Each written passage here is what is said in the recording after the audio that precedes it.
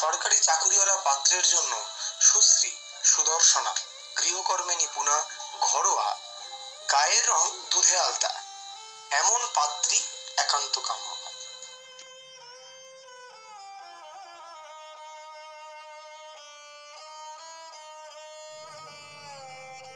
বিদ্যাসাগর শুধু নারী শিক্ষার প্রসার ঘটিয়েছিলেন তা নয়, তিনি ছিলেন 19 শতাব্দীর শ্রেষ্ঠ সমাজ সংস্কারক।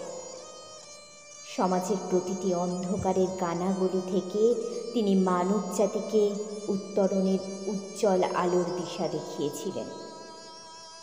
আসলে বিদ্যাসাগর এক স্পর্ধার নাম, বিদ্যাসাগর এক সাহসের নাম, বিদ্যাসাগর এক আদর্শের নাম।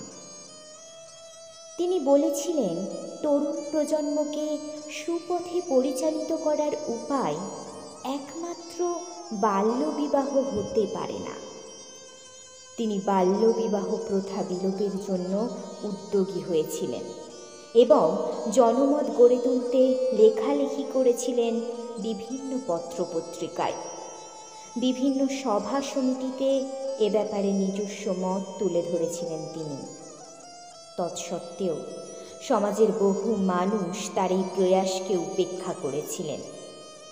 বিদ্যাসাগর মানুষকে কুসংস্কারের অন্ধকার থেকে মুক্ত করতে চেয়েছিলেন, কিন্তু কিছু মানুষ কুসংস্কারের অন্ধকারে নিজেকে নিমগ্ন রেখেছিলেন।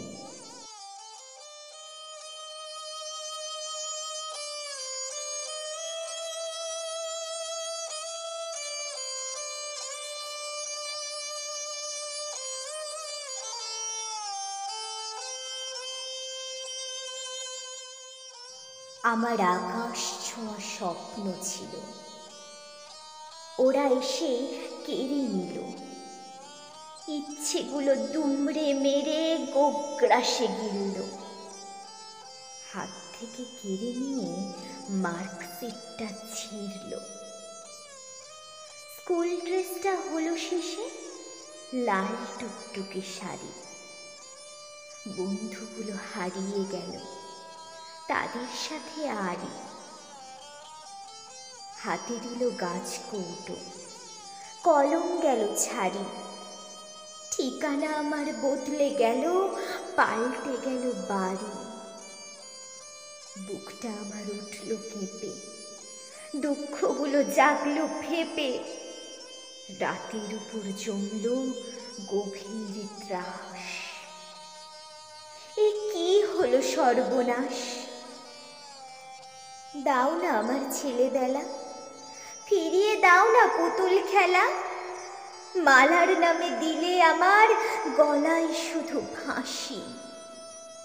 ফিরিয়ে দাও না আমার মুখের সেই পুরানো হাসি।